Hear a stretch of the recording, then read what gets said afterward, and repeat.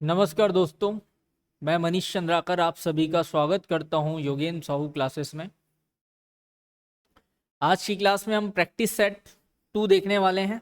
ठीक है, कुछ प्रैक्टिस क्वेश्चन लेके आया हुआ हूं जो कि व्याख्याता पद के लिए बहुत जरूरी है और बहुत इम्पोर्टेंट है। ठीक है, तो चलिए आज का सेशन स्टार्ट करते हैं।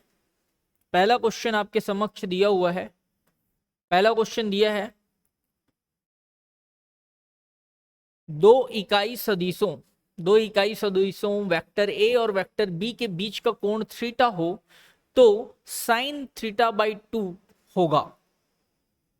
ऑप्शन दिया हुआ है, 4 ऑप्शन दिए हैं। Mod of A plus B, mod A minus B, half mod A plus B, half mod A minus B.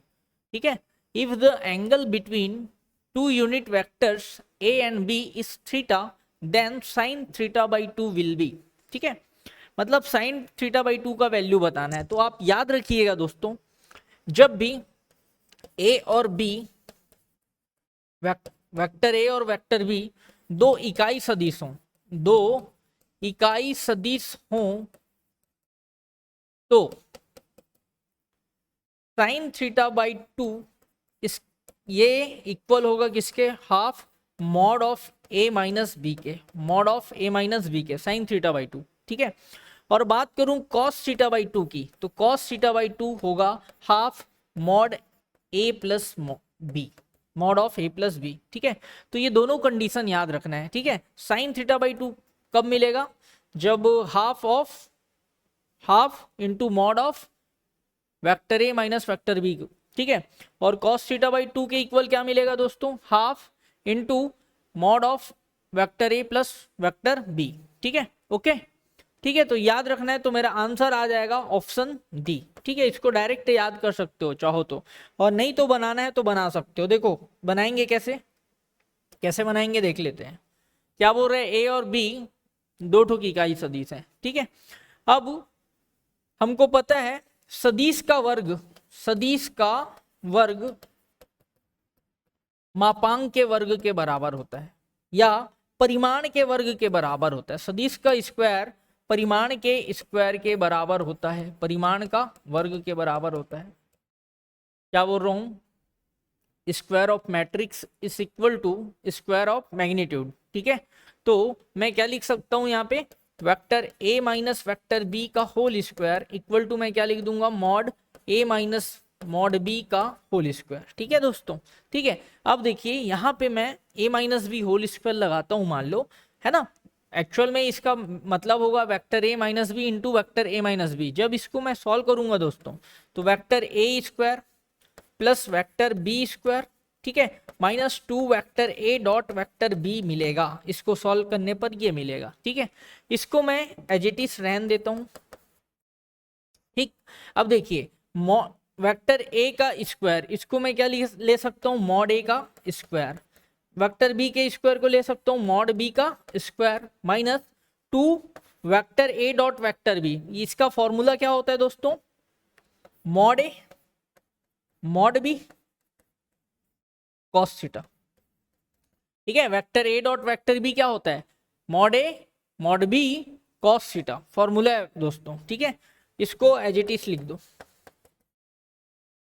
ठीक, अब देखिए आपको क्वेश्चन में दिया हुआ है ए और बी क्या है? इकाई सदिश हैं, यूनिट वेक्टर्स हैं। वेक्टर ए और वेक्टर बी क्या है? यूनिट वेक्टर हैं। यूनिट वेक्टर है मतलब मैं लिख सकता हूं mod A equal to mod B equal to 1। ठीक है, ये दोनों का वैल्यू क्या हो जाएगा दोस्तों? 1 हो जाएगा। तो 1 प्लस 1 यहाँ आया minus 2 into 1 into 1 cos theta equal to mod A minus mod B whole square. तो फाइनली ये हमको मिल रहा है 1 और 1 2। ठीक है, और ये 2 एकम 2। ठीक है, 2 यहाँ भी दिख रहा है, ये देखो 2 minus 2 cos theta mod A minus B whole square मिल रहा है दोस्तों। ठीक है, अब यहाँ से मैं क्या करता हूँ? 2 को कॉमन ले लेता हूँ। 2 कॉमन लिया तो 1 माइनस कॉस थीटा, ठीक है, equal to mod A minus mod B whole square. ठीक है, अब देखिए 1 माइनस कॉस थीटा का फॉर्मूला होता है sine square theta, 2 sine square theta by 2। 1 minus cos theta का फॉर्मूला क्या होता है दोस्तों? 1 माइनस कॉस थीटा का फॉर्मूला क्या होता है? 2 साइन स्क्वायर थीटा बाई 2 होता है क्या? ठीक है। तो 1 माइनस कॉस थीटा की जगह क्या रख देता हूँ, 2 साइन स्क्वायर थीटा बाई 2 रख देता हूँ, 2 साइन स्क्वायर थीटा बाई 2 रख देता हूँ। ठीक है, और इधर क्या है, mod A minus B whole square है। ठीक है दोस्तों, दोनों साइड स्क्वायर स्क्वायर रूट लोगे, दोनों साइड क्या लोगे, वर्गमूल लोगे, तो यहां आ जाएगा 2 sine theta by 2 equal to mod A minus vector B.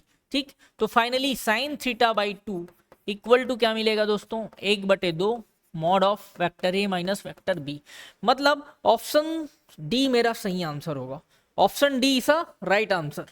ठीक है ना। अगर cos थीटा बाई 2 पूछता तो हमारा आंसर ऑप्शन सी होता, लेकिन साइन थीटा बाई 2 पूछा है तो क्या आ जाएगा आंसर, ऑप्शन डी। बोलो क्लियर है। ठीक है, चलिए नेक्स्ट क्वेश्चन में आते हैं दोस्तों।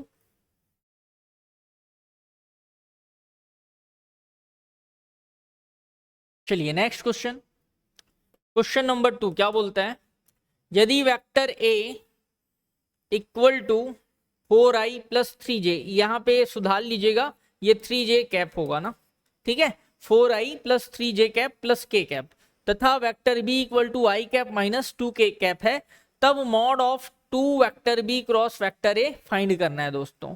ठीक है, तो सबसे पहले मैं क्या फाइंड कर लेता हूँ, 2 वेक्टर b, तो 2 वेक्टर b के लिए 2 का मल्टीप्लाई किया तो 2i माइनस 4k कैप। ठीक, ओके, मुझे क्या चाहिए दोस्तों, 2 vector B cross vector A चाहिए सबसे पहले, 2 vector B cross vector A. तो सबसे पहले इसको सॉल्व करने के लिए क्या किया, यहाँ पे आई जे के, आई कैप जे कैप के कैप लिया सारणिक के अंदर, डिटर्मिनेंट के अंदर। अब बी का गुणांक लिखूंगा, आई जे के का गुणांक लिखूंगा, तो यहाँ आ गया 2 का 0, जे का गुणांक क्या है 0, सॉरी आई का गुणांक है यहाँ पे 2, जे का गुणांक है दोस्तों 0 और के का गुणांक क्या है -4 है। ठीक, उसके बाद हम ए का लिखेंगे तो क्या आएगा 4 3 1। ठीक है, अब इसी को सॉल्व कर देना है, सॉल्व करेंगे तो क्या आई कैप, ये रो ये कॉलम छूट गया, 0 × 1 0, 3 चौक 12 तो धन 12 आ गया, माइनस जे कैप, ये रो ये कॉलम छूट जाएगा, 2 एकम 2 माइनस 4 × 4 16। ठीक है, माइनस में आ रहा है तो ये प्लस हो जाएगा, प्लस के कैप, ये रो ये कॉलम छोड़ दीजिए, 6 - 0 आएगा दोस्तों। ठीक है, अब इसी को लिख दीजिए क्या 12 आई कैप, ठीक है, माइनस 18 जे कैप, उसके बाद 6 के कैप। ओके है क्या, क्लियर है। अब देखिए यहां से क्या कॉमन निकल रहा है, 6 कॉमन निकल रहा है, यहाँ पे आ गया 2i cap minus 3j cap plus k cap, यही मिलेगा दोस्तों। ठीक, ये नहीं आ गया vector 2 vector B cross vector a आ गया, लाइन क्लियर है।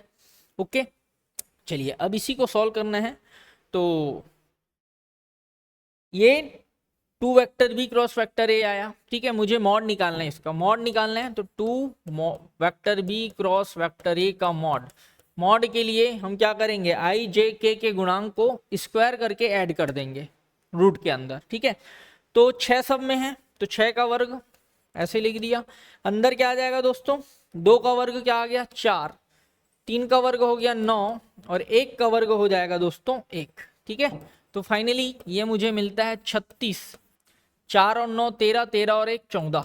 ठीक है, 14, अब गुणा कर दो सिंपल सा, 14 पंचे 70, 14 छक्के 84, 84 का 4 हासिल में 8, 14 तिया 42, 42 हो 8 50, 504 रूट 504 मेरा सही आंसर होगा, option C is right answer. ठीक है, ओके, ऑप्शन में जो दिया है उसी के हिसाब से काम करना है जी, उसी के हिसाब से बनाना है सवाल को, क्लियर है।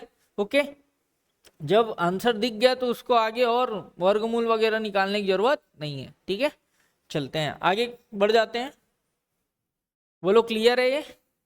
ठीक,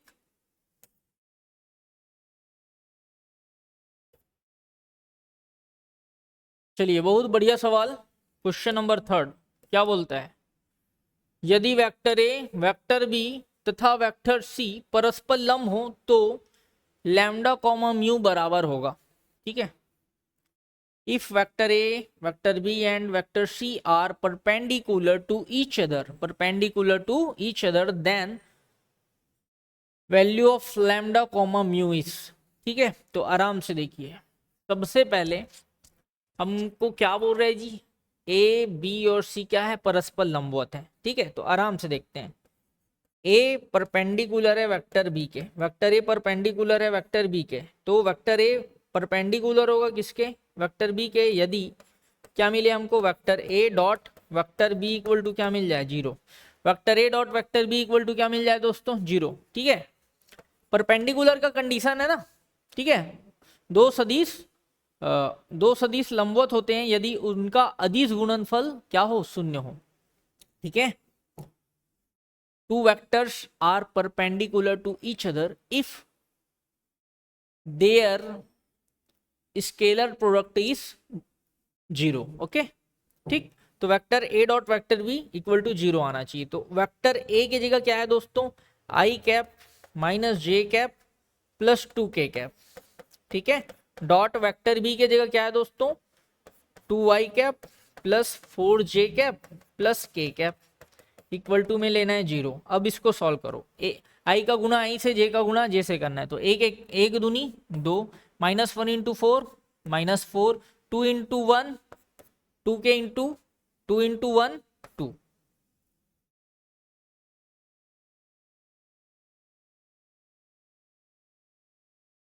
बहुत ही शानदार सवाल है भैया। चलिए, तो ए बी और सी तीनों परस्पर लंबवत हैं बोल रहे, तो यहाँ तो लैम्डा म्यू कुछ दिख ही नहीं रहा है, तो इसको छोड़ दो भैया। ठीक है, इसको करने की जरूरत नहीं है, सवाल को इसीलिए पहले पूरा पढ़ना चाहिए। ठीक है, ए बी और सी तीनों आपस में लंबवत हैं, है ना, मतलब ए लंबवत होगा बी के, बी लंबवत होगा सी के, और सी लंबवत होगा ए के। ठीक है, तो आराम से देखिए, सबसे पहले vector A perpendicular, vector A perpendicular क्या लेता हूं, वेक्टर सी लेता हूं, वेक्टर ए परपेंडिकुलर वेक्टर सी।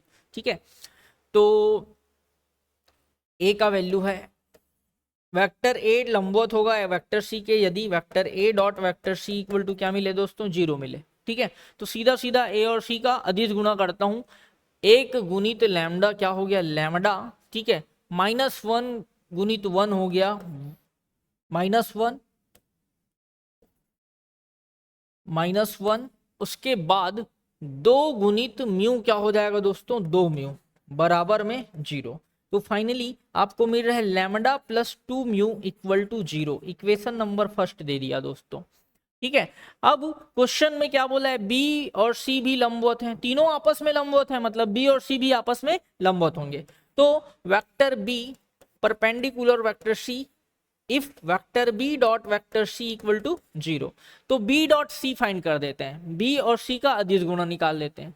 तो 2 गुणित लैम्डा हो गया 2 लैम्डा, 4 गुणित 1 हो गया 4। ठीक है दोस्तों, 1 गुणित म्यू हो गया म्यू बराबर में 0। तो क्या मिला, 2 lambda plus mu equal to -4, equation number 2। Okay, अब इसको सॉल्व करना है, तो सिंपल सा सॉल्व कर देते हैं दोस्तों। इक्वेशन 1 में ना 2 का गुणा करता हूं, विलोपन विधि एलिमिनेशन मेथड से सॉल्व कर देते हैं। तो 1 में 2 का गुणा करता हूं तो क्या मिलेगा, 2 लैम्डा 2 दूनी 4, 4 म्यू बराबर, आराम से देखिए -1 को उधर ले गए थे तो यहाँ पे +1 आएगा। ठीक है, बाय मिस्टेक 0 लिख दिया था मैं। ठीक है, तो -1 को उधर ले गया तो क्या आएगा जी, +1 ना, तो 2 एकम 2। ठीक है, ये इक्वेशन 1 में मैंने 2 का मल्टीप्लाई कर दिया, और 2 का मल्टीप्लाई करने के बाद इक्वेशन 2 को घटा देना है, इसमें से इसको घटा देना है। कैसे, इसमें 2 का गुणा किया, उसके बाद इसको घटा देना है, तो क्या आएगा, 2 lambda plus mu equal to -4।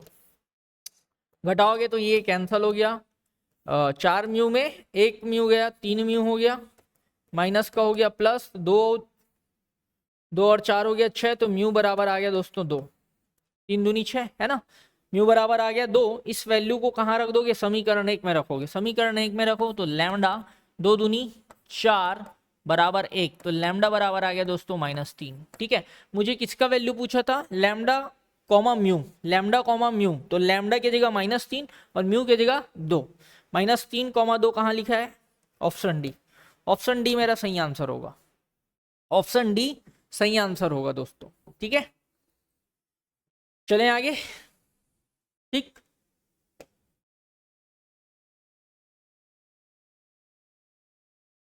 हाँ दोस्तों, व्याख्याता पद का तैयारी जो भी अभ्यर्थी करते हैं, कर रहे हैं या करना चाहते हैं, वो हमारा कोर्स ले सकते हैं योगेंद्र साहू क्लासेस में।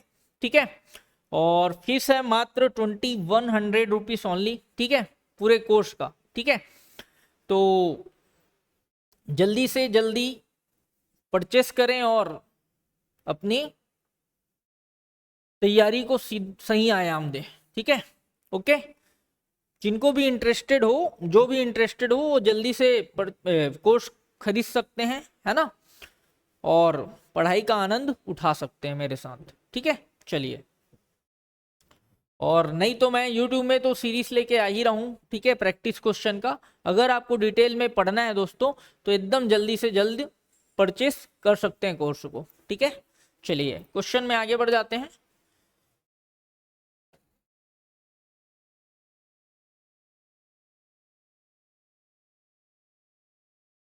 क्वेश्चन नंबर 4 क्या बोलता है दोस्तों, देखिए। उस समतल, वह समतल, वह होना चाहिए, वह समतल, उस समतल का समीकरण। ये समीकरण को लिखना भूल गए हैं जी इन लोग। ठीक है, क्या है? उस समतल का समीकरण जो अक्षों से समान अंतःखंड काटे तथा बिंदु 1 2 3 से गुजरे। ठीक है, उस समतल का समीकरण जो अक्षों से समान अंतःखंड काटे तथा बिंदु 1 2 3 से गुजरे। ठीक है, the equation of the plane that cuts off equal intercept from the axis and passes through the point 1, 2, 3। ठीक है, तो समान अंतःखंड काट रहा है बोल रहा है, तो समतल का समीकरण क्या होता है दोस्तों? x/a plus y/b plus z/c equal to 1। ये अंतःखंड रूप है ना, इंटरसेप्ट फॉर्म है। तो लेकिन क्वेश्चन में बोला है कि तीनों से क्या काटता है? समान अंतःखंड काटता है। मतलब मैं क्या ले लूंगा? x/a plus y/a plus z/a equal to 1। तीनों की जगह a ले लिया, तीनों अंतःखंड को क्या ले लिया? a। ये मुझे मिलता है दोस्तों x plus Y plus Z equal to A, equation number first. ठीक है, अब क्वेश्चन में बोलता है कि ये जो समतल है किससे होके जाता है? 1, 2, 3 से जाता है। अब 1 2 3 से होके जाता है, 1 2 3 से जाता है, दैट मीन्स ये पॉइंट इसको क्या करेगा? सेटिस्फाई करेगा। ठीक है, यह बिंदु इस समतल को क्या करेगा दोस्तों? संतुष्ट करेगा। तो क्या मिलेगा? 1 धन 2 धन 3 बराबर 0, सॉरी बराबर a। तो a का वैल्यू मिल गया दोस्तों यहाँ पे 6। a का वैल्यू मिल गया 6। इस वैल्यू को एक नंबर में रख दीजिए, आंसर आ गया x plus Y plus Z equal to 6। यही मेरा आंसर होगा। मतलब ऑप्शन बी मेरा सही आंसर होगा। ऑप्शन बी एकदम सही आंसर होगा दोस्तों। अगर वीडियो अच्छा लग रहा हो तो प्लीज लाइक करें और ज्यादा से ज्यादा शेयर करें दोस्तों। ठीक है, आपके लाइक करने से मुझे भी थोड़ा ताकत मिलेगा। ठीक है, कि मैं अच्छा कर रहा हूं। ठीक है, चलिए, है ना, आगे बढ़ जाते हैं, नेक्स्ट क्वेश्चन में आते हैं। बहुत ही शानदार सवाल। क्या बोलता है? समतलों x plus 2y plus Z plus 7 equal to 0 और 2x धन वाई इन जेड धन 13 बराबर 0 के बीच का कोण क्या है? ठीक है, एंगल बिटवीन टू प्लेन्स इस, मतलब दोनों प्लेन के बीच में क्या एंगल फाइंड करना है आपको। ठीक है, तो आराम से देखते हैं दोस्तों। क्या है हमारे पास? x 2y plus Z plus 7 equal to 0 और क्या है भैया? 2x plus Y minus Z plus 13 equal to 0। 1 2 चाहो तो दे दो। ठीक, अब इक्वेशन 1 और 2 के बीच में कोण बताना है। 2 के बीच कोण, तो दो प्लेन के बीच में एंगल फाइंड करना हो, दो समतल के बीच में कोण निकालना हो, तो हम फॉर्मूला लगाते हैं दोस्तों, cos theta equal to a1a2 plus b1b2 plus c1c2 upon under root a1 square plus b1 square plus c1 square into a2 square b2 square c2 square. ये फॉर्मूला होता है दोस्तों। तो यहाँ पे देखिए a1 1 है, b1 2 है, c1 1 है। a2 2 है, b2 1 है, c2 क्या है -1 है। ठीक है, इसके गुणांक को लेना है बस, x y z के गुणांक को, x के गुणांक को a, y के गुणांक को b और z के गुणांक को c। चलो लेते जाते हैं। 1 दूनी 2, सीधा काम कर रहा हूँ ना, सीधा गुना कर रहा हूँ। 1 दूनी 2, 2 एकम 2 एकम 2। ठीक है, उसके बाद 1 गुणित -1 क्या हो गया -1। ठीक है, अपॉन अंडर रूट स्क्वायर कर लो, 1 का स्क्वायर 1, 2 का वर्ग का हो गया भैया 4, धन 1 का वर्ग 1। ठीक, इनटू इसके बाद 2 का वर्ग क्या हो गया 4, 1 का वर्ग 1, -1 का वर्ग 1। ठीक है, अब मुझे cos थीटा इक्वल टू क्या मिल रहा है दोस्तों, देखो ध्यान से, cos थीटा इक्वल टू 2 2 4, 4 में 1 गया 3, यहाँ पे देखिए 1 4 5 5 1 6, यहाँ √6 आ रहा है, यहाँ √6 आ रहा है, रूट इंटू रूट, रूट खत्म, क्या आ गया 6, 3/6। तो cos थीटा बराबर आ गया दोस्तों 1/2। cos थीटा इक्वल टू 1/2 किसका cos होता है, 1/2 किसका cos होता है दोस्तों, 60 का, cos 60 का। cos 60 इक्वल टू क्या होता है 1/2, कंपेयर किए theta equal to 60, theta equal to क्या आ गया दोस्तों 60 डिग्री। ठीक है, option B is the right answer, option B हमारा सही हो जाएगा। बोलो क्लियर है, ओके आगे बढ़ जाएं।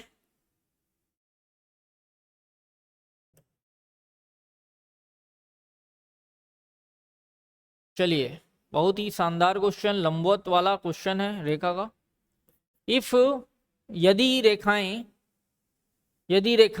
ये पहली रेखा है और ये दूसरी रेखा है, ये पहली रेखा है और ये दूसरी रेखा है, ये दोनों रेखाएं परस्पर लंबवत हो तो के का मान क्या होगा बताना है। ठीक है, if two lines are perpendicular to each other then find the value of K का वैल्यू बताना है दोस्तों। तो कैसे बताएंगे, ध्यान से देखिएगा। तो हमारे पास रेखा का समीकरण होता है दोस्तों कुछ इस प्रकार, x - x1 upon a, y - y1 upon b, z - z1 upon c, ऐसा रहता है रेखा का समीकरण। ठीक है, तो दो रेखाएं लंबवत होती हैं, यदि दो रेखाएं लंबवत होंगी, यदि two lines are perpendicular, if two lines are perpendicular, if a1 a2 plus b1 b2 plus c1 c2 equal to 0। ठीक है, ये a b c क्या होते हैं, दिक् अनुपात होते हैं, या दिक् कोज्या बोल सकते हो, कई ठोक लाइन पे दिक् कोज्या दिया रहता है। ठीक है, तो दो रेखाएं लंबवत होंगी यदि a1 a2 plus b1 b2 plus c1 c2 equal to 0। तो यहाँ a1 के जगह क्या दिख रहा है -3, और a2 के जगह a1 के जगह दिख रहा है -3। एक काम करता हूँ यार, लिख लेता हूँ ना रेखा को, ऐसे में दिक्कत हो जाता है, लिख देता हूँ यहाँ पे x - 1 अपॉन -3, y - 2 अपॉन 2 के, z - 3 अपॉन 2। ये इक्वेशन फर्स्ट है, पहला लाइन है। सेकेंड लाइन क्या दिया है, x - 1 अपॉन 3 के and y - 5 upon 1 and z - 6 upon -5, equation 2। ठीक है, अब लाइन का क्वेश्चन है करके घबराना नहीं है जी, ये दिखने में थोड़ा खतरनाक दिखता है लेकिन है बहुत ईजी। ठीक है, बस इसका कॉन्सेप्ट अच्छे से पता होना चाहिए आपको। ठीक है, चलिए, तो a1 के जगह है -3, a2 के जगह क्या है दोस्तों 3 के, तो -3 गुणित 3 के लिख दिया, b1 के जगह है 2 के और b2 के जगह है 1, c1 के जगह है 2, c2 के जगह है -5 बराबर 0। अब 3 तिया 9, -9 के हो गया, 2 के और ये हो गया -10 इक्वल टू 0। -9 प्लस 2 कितना हो गया दोस्तों -7 के, ये उधर जाके प्लस हो गया, तो k इक्वल टू आ जाएगा मेरे भाई, k इक्वल टू आ जाएगा -10 अपॉन 7। k का वैल्यू क्या आना चाहिए दोस्तों -10 अपॉन 7। ठीक है, तो कौन सा ऑप्शन दिख रहा है, ऑप्शन बी, ऑप्शन बी हमारा सही आंसर होगा दोस्तों। क्लियर है, ओके है, चलें आगे। दोस्तों जो भी वीडियो देख रहे हो प्लीज लाइक करें और ज़्यादा से ज़्यादा शेयर करें। ठीक है, जितने भी अभ्यर्थी हैं सबके पास पहुंच सके ये वीडियो। ठीक है, चलिए आगे बढ़ जाते हैं।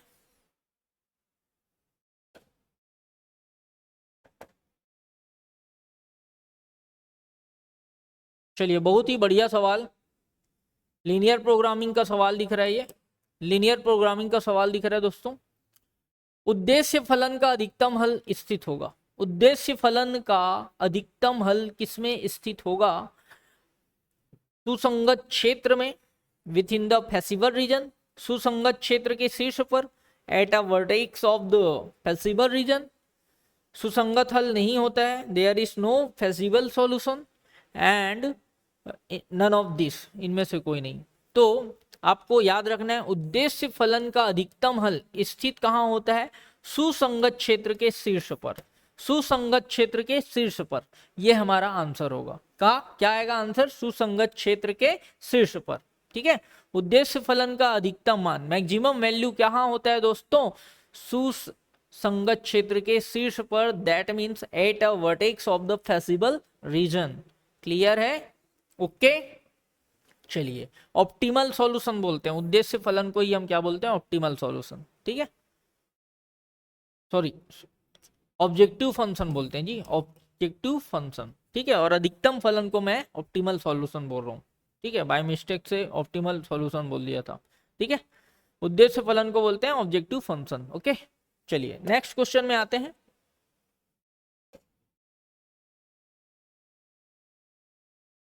रैखिक प्रोग्रामन समस्या का सुसंगत हल स्थित होता है। रैखिक प्रोग्रामन समस्या का सुसंगत हल स्थित होता है। The feasible solution, feasible solution मतलब सुसंगत हल को बोल रहे हैं। ठीक है, the feasible solution of a linear programming problem is located, कहाँ होता है? पहला और दूसरा चतुर्थांश में नहीं भैया, इसका आंसर आना चाहिए केवल और केवल प्रथम चतुर्थांश में, फर्स्ट क्वाड्रेंट में होता है जी। ठीक है, लीनियर प्रोग्रामिंग का फेजिबल सॉल्यूशन कहाँ होता है दोस्तों? फर्स्ट क्वाड्रेंट में होता है। ठीक है, सुसंगत हल कहाँ पे स्थित होता है? केवल प्रथम चतुर्थांश में होता है, केवल प्रथम चतुर्थांश में, दूसरे में नहीं होता। प्रथम और तृतीय में, दोनों में नहीं होता भैया। प्रथम और द्वितीय भी बोलेगा तो गलत है। केवल और केवल कहाँ होता है? प्रथम में होता है। केवल और केवल कहाँ होता है? प्रथम चतुर्थांश में होता है, ध्यान रखना है। ठीक है, चलें आगे।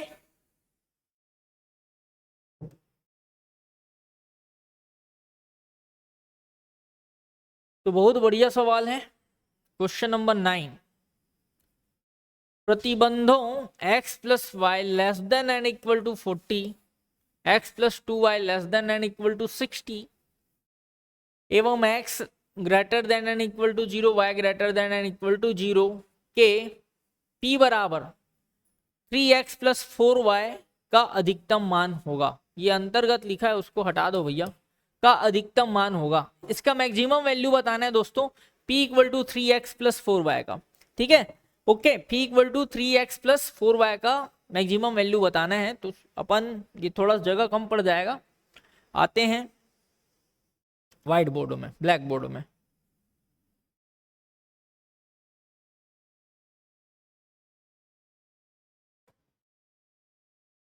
तो क्वेश्चन क्या दिया है? p equal to 3x plus 4y,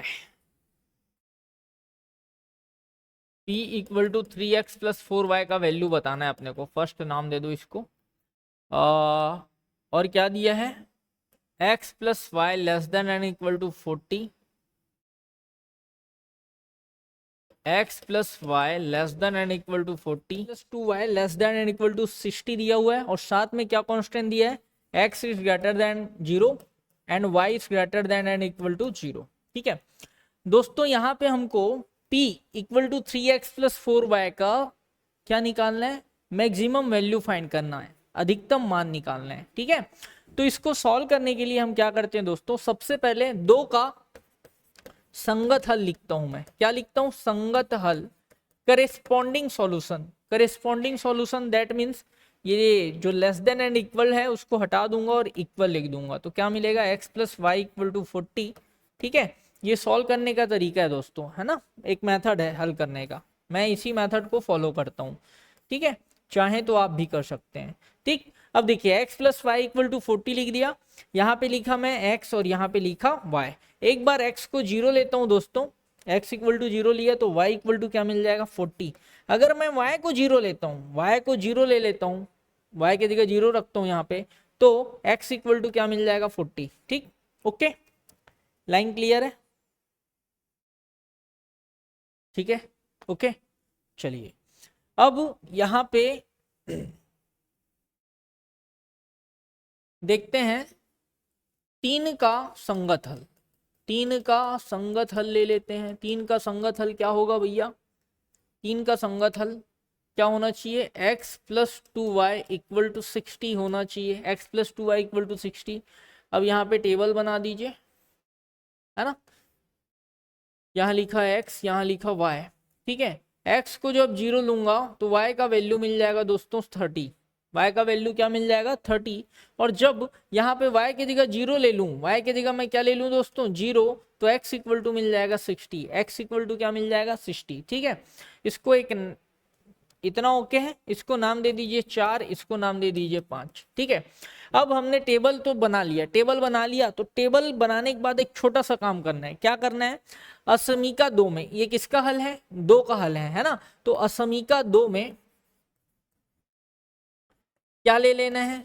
0,0 रखना है। 0,0 रख के देखना है, ठीक है। x और y की जगह क्या रखोगे? 0 0 रखोगे।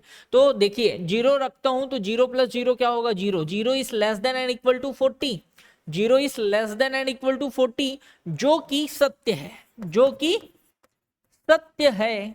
अतः छायांकित भाग जो है, छायांकित भाग जो है वो मूल बिंदु की ओर होगा दोस्तों, मूल बिंदु की ओर होगा। कौन? छायांकित भाग, बोले तो शेडेड एरिया, ठीक है ना। मैं लीनियर प्रोग्रामिंग, जब मैं मतलब लीनियर प्रोग्रामिंग का एक लेक्चर है मेरा, 2 लेक्चर है ना, पूरा फोल्डर बना हुआ है, उसमें देखेंगे तो एकदम अच्छे से क्लियर हो जाएगा ये कैसे बनेगा, ठीक है, ओके। समझ आ रहा है ना। तो ये क्वेश्चन है तो डायरेक्ट बता रहा हूं मैं, ये मेथड है इसको सॉल्व करने का, ठीक है। सबसे पहले मैंने क्या किया? क्वेश्चन को नोट किया, 2 का संगत हल लिया, इसको 4 नंबर दे दिया। अब संगत हल लेने के बाद x को 0 लिया तो y का वैल्यू मिला, y को 0 लिया तो x का वैल्यू मिला, ठीक है। उसके बाद हमने क्या किया? 2 में 0 0 रखा, 0 0 रखा तो हमको क्या मिल रहा है?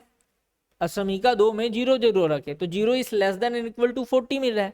तो 0 तो 40 से छोटा ही होता है भैया, तो सत्य है। अतः छायांकित भाग जो है वो मूल बिंदु की ओर होगा। बस इतना बताना है। उसके बाद सेम काम यहां करना है दोस्तों, 3 के लिए करना है। मैं 3 में क्या रखूंगा? 0 0 रखूंगा, 0 0 लूंगा तो क्या मिलेगा? 0 is less than and equal to 60। 0 is less than and equal to 60, जो कि सत्य है, जो कि सत्य है।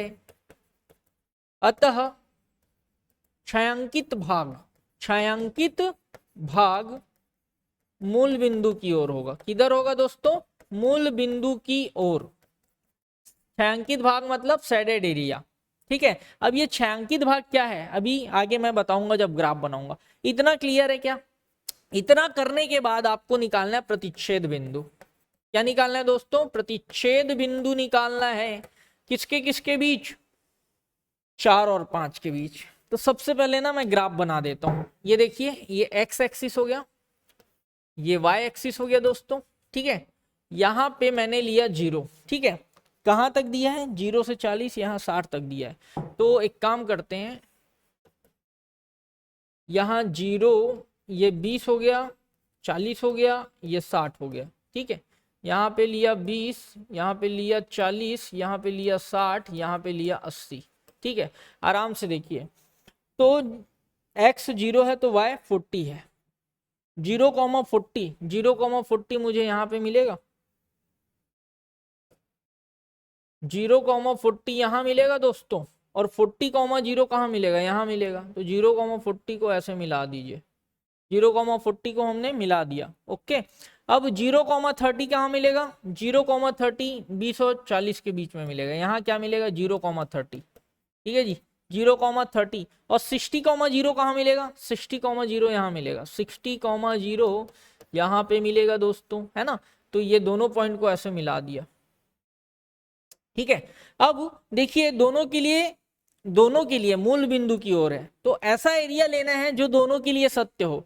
जैसे कि ये किसको शो कर रहा है? ये 4 नंबर को शो कर रहा है, और ये किसको शो कर रहा है? 5 नंबर को, समीकरण 5 को शो कर रहा है, ठीक है। 4 के लिए मैं क्या बोलता हूं?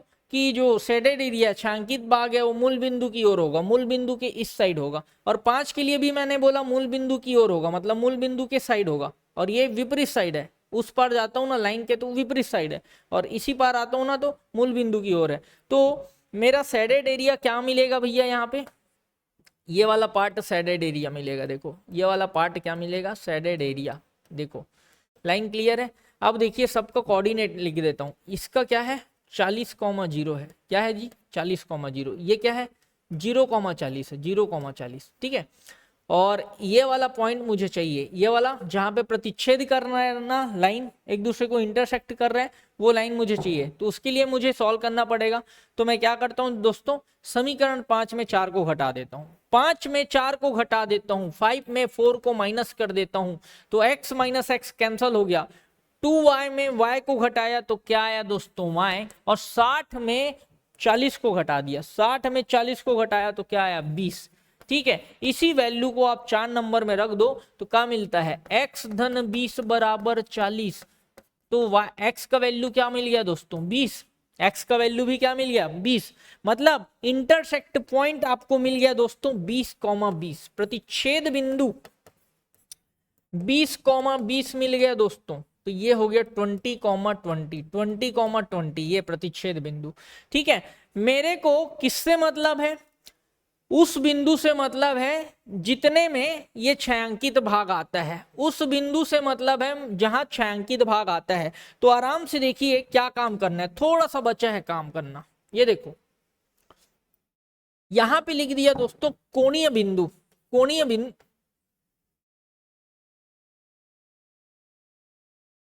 यहां लिख देता हूं कोणीय बिंदु, यहां पे लिख देता हूं उद्देश्य फलन क्या है P equal to 3x plus 4y, 3x plus 4y, ठीक। आराम से देखिए कोणीय बिंदु किसको किसको लेना है, जहां पे छायांकित भाग आ रहा है। तो किसमें किसमें आ रहा है, ये वाला पॉइंट, ये वाला पॉइंट और ये वाला पॉइंट। तो सबसे पहले हाँ, और ये वाला पॉइंट मूल बिंदु भी आ रहा है ना। तो सबसे पहले 0 0 लिया, मूल बिंदु लिया। उसके बाद क्या ले लिया 40,0 ले लिया दोस्तों। उसके बाद क्या ले लिया, ये प्रतिच्छेद बिंदु ले लिया 20,20, और लास्ट में क्या लिया दोस्तों ये 0,30, 0,30, ठीक है। अब देखिए सभी बिंदु के लिए इसका वैल्यू निकालेंगे। तो x के जगह 0, y के जगह 0 लिया तो 0 आ गया, है ना। x के जगह आप 40 रखना है, y के जगह 0 रखना है, तो क्या मिलेगा 40 तिया 120।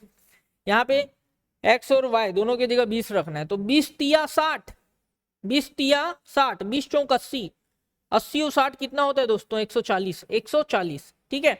अब यहाँ पे ये वाले बिंदु के लिए x की जगह 0, y की जगह 30 रख दो। यहाँ पे क्या आएगा 30 गुनी 4 4 120।